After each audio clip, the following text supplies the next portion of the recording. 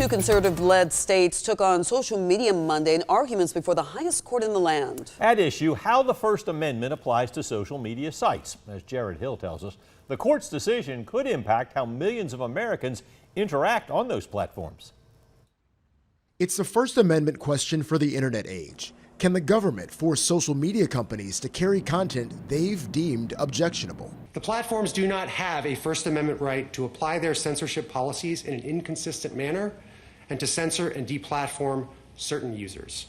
Monday, the Supreme Court heard arguments in two cases from Florida and Texas, saying states should have a say in the matter. It would require these social media platforms that are creating the compilation of third-party speech to fundamentally alter their product that they're offering. We think that's an infringement of speech, and the court should say so. The Republican-led states passed their laws after Facebook and X, Twitter at the time, banned former President Donald Trump following the January 6th attack on the Capitol, concerned his posts would incite more violence.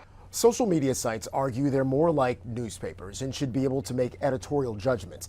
But the states say these platforms are more like telephone companies and can't kick people off. Several justices commented on how broad the laws are, and in the case of Florida's, its lack of specificity. We're not quite sure who it covers. We're not clear exactly how these platforms work. I might have heard the justices trying to find a way to kick this back to Florida, back to Texas, and have a more developed record before they make a big First Amendment ruling. A decision is expected by June. Justice Clarence Thomas drew laughter from the gallery when he remarked, quote, "I've been fortunate or unfortunate to have been here for most of the development of the internet."